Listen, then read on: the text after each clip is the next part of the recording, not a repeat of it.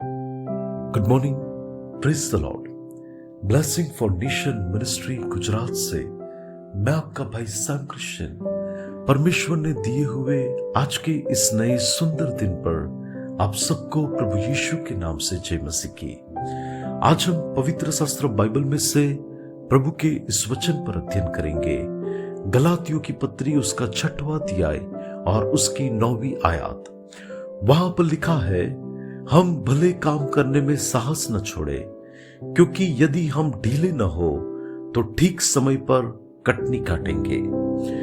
मसीह यीशु में मेरे प्रिय भाई और बहन, परमेश्वर हमें कई बार मौका देता है कि हम किसी का भला करें, और वचन में लिखा है कि हम भले काम करने में साहस न छोड़े।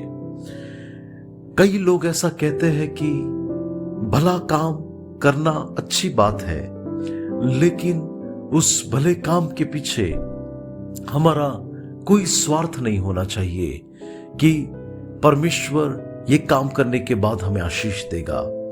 मैं भी सहमत हूं आपकी इस बात से कि जब हम कोई भले काम को करते हैं तब हमें ऐसी उम्मीद नहीं रखनी चाहिए कि इसके प्रतिफल के रूप में हमें कोई और आशीष मिलेगी।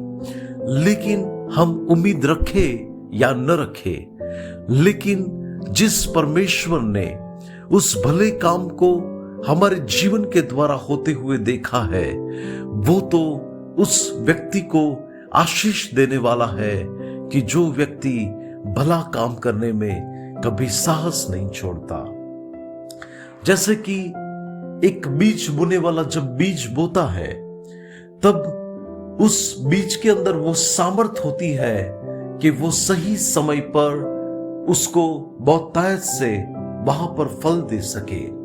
वैसे ही जब हम एक भला काम करते हैं, तब उस भले काम के पीछे परमेश्वर की जो सामर्थ है, उस बातों में ऐसे काम करेगी कि वो आशीषों के रूप में हमारे पास वापस लौट कर आएगी।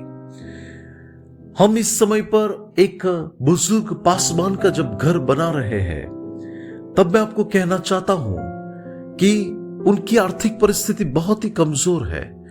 उनके पास पहनने के इतने सारे कपड़े नहीं हैं। लेकिन जब उनका घर बन रहा है, तब उनके वहां पर जो मजदूर काम कर रहे थे, उसमें से एक मजदूर ने कहा कि मैं मेरे बेटे के लिए बहुत परिश्रम कर रहा हूं, मैं खुद कपड़े नहीं लाता और मैं खुद इतना परिश्रम करते हुए अपने लिए खर्च नहीं करता, लेकिन मेरे बच्चों की पढ़ाई के लिए मैं एक एक पैसा बचाकर उनको पढ़ाता हूं। तब वो भाई ने प्रभु के दास से कहा कि मेरा बेटा भी कॉलेज में एडमिशन ले लिया है।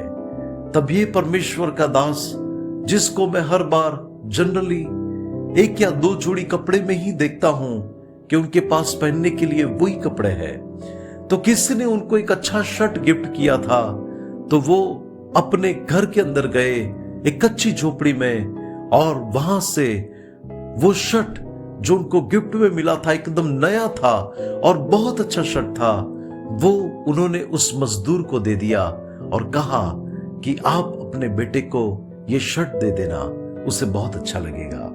और तब मुझे समझ में आया कि ये परमेश्वर का सेवक जो भले काम करने में साहस नहीं छोड़ता, तो आज के इस वचन में कितना निश्चित रीति से लिखा है कि हम भले काम करने में साहस न छोड़े, क्योंकि यदि हम ढील न हो तो ठीक समय पर कटनी काटेंगे। और उनके लिए ये ठीक समय आया कि आज उनका घर बन रहा है।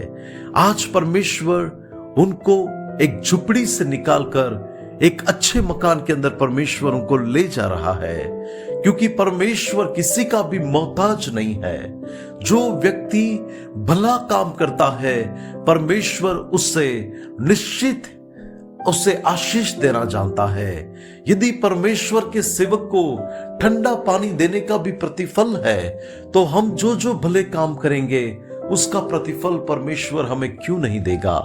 तो हम हमारे टैलेंट्स के द्वारा, हम हमारे दानों के द्वारा, हम हमारे पोजीशन पर जहां पर प्रभु ने हमें रखा है, उस जगह से हम दूसरों का भला करें और हम उस भले कामों में कभी पीछे ना हटे, क्योंकि जब हम किसी का भला करेंगे परमेश्वर अपनी भलाइयों को हमारे ऊपर प्रकट करेगा।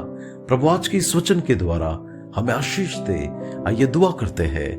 अनुग्रहकारी मेरे प्यारे स्वर्गीय पिता, हम आपके अनुग्रह के सिंहासन के पास आते हैं।